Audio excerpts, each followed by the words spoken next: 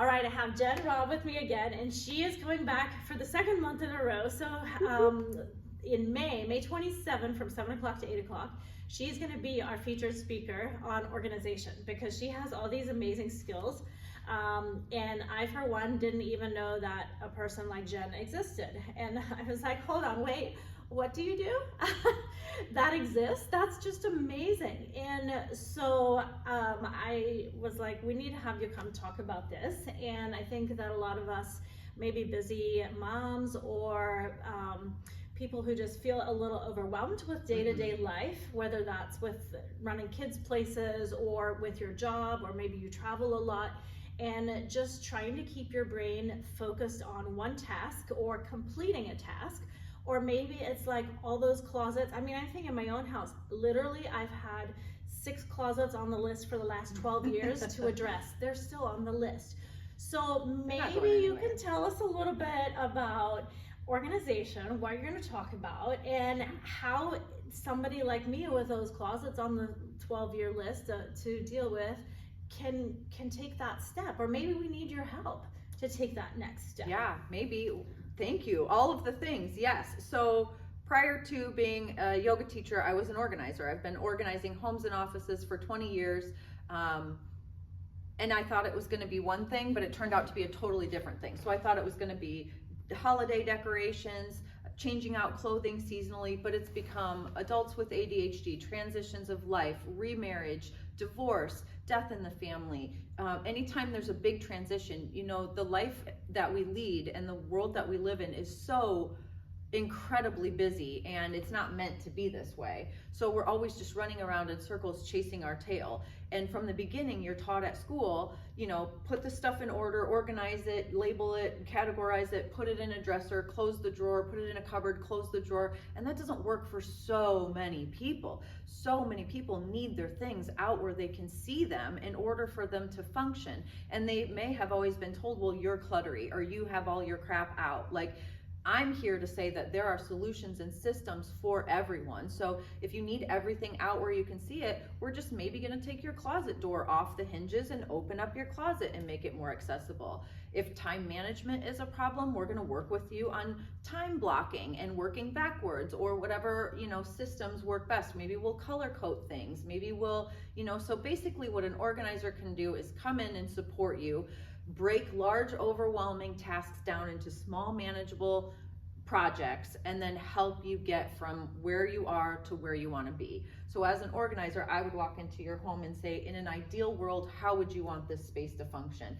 And you would probably laugh and say, yeah, right, well, that would never happen. But if I could do this and this and this, and then I would say, well, if we made this little change or shift here and there, we could make that happen. And then you would go, so how does your brain work to be able to tell you that? Okay, like so, a game of Tetris. Have you ever played Tetris when you were a love little kid? Yeah, it. that's how my brain works.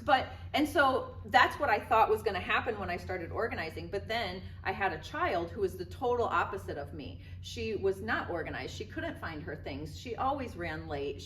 And so instead of just giving her that label of ADHD, we decided, okay, well, there should be solutions that work for you too. So that's when I've been working on this since she was a kid, and she's 20 now. So she's probably the most well-equipped 21-year-old with ADHD there is, because we've worked so hard to find these accessible, visual, open systems that she can utilize and that create that foundation, that structure. So if we can create a foundation and a structure that works for you, then it's easier to keep up with things when all these wrenches get thrown into the picture, because you've laid your foundation and you've got your routines. So what you're saying is there is hope for those of us who have had things on our list for 12 years and they're still on the list, or you know, we just feel too overwhelmed with some of the priorities of life, or maybe what we think are the priorities of life, and we can keep ignoring the stuff that has been on our list. So there is hope. Yeah, and it's okay to delegate or you know, have help with this. I would never sit down and try to do my own taxes. That would be a waste of my time, and maybe organizing is a waste of your time, you know. And so to have someone come in and sit with you and we pull everything out of that closet, and then you just stay in that mindset of focus where you can make decisions. Keep that, don't keep that, not sure about that, not, you know, and then the organizer can be putting things in piles, taking them to the room they need to go to. So it allows you to stay in that focused place of productivity instead of getting distracted by running all these things back to where they need to go. Yeah, and I think what you said, making decisions, that's the hard part, to jump in by yourself, and you need sometimes help. Yeah. And I was thinking while you were talking too, some of you may be wondering, like, why do I have an organizer coming to the free wellness events that I offer here? And you know, probably you already picked up on some of the language, but Jen said, so you can function. That was one of the phrases you used, and it's part of our overall wellness. Like, if you're struggling with ADHD or depression, or you haven't slept much because you have young kids, or you're in perimenopause and you haven't slept, or whatever it might be, this is going to affect your overall health and well-being and your ability to function. For sure. And so having a skill like organization and somebody like you to come in and really help somebody get back on track, just think about how, like I just said, this has been on my list for 12 years, okay? What if I had invested in Jen 12 years ago and just got it done? For 12 years, it's been on my brain, but I could have freed up that space, right? And if you think about when you get something done and accomplished, no matter how small it is, how does that make you feel? Like you can do hard things. Yeah, so it's kind of a no-brainer, but also one I didn't know existed. So I'm super excited to hear more and hear more strategies. And I'm just wondering, maybe can you share one thing, like, because you mentioned your daughter, and I think a lot of us can relate to this, like, monkey brain situation, where we're distracted and getting pulled in multiple areas. What is one strategy maybe that, and I'm sure you'll share more the actual night, but maybe one thing that worked for her? So one thing that she has done, it's figure out whether you want to use a paper calendar or an electronic calendar, and then stick with one or the other.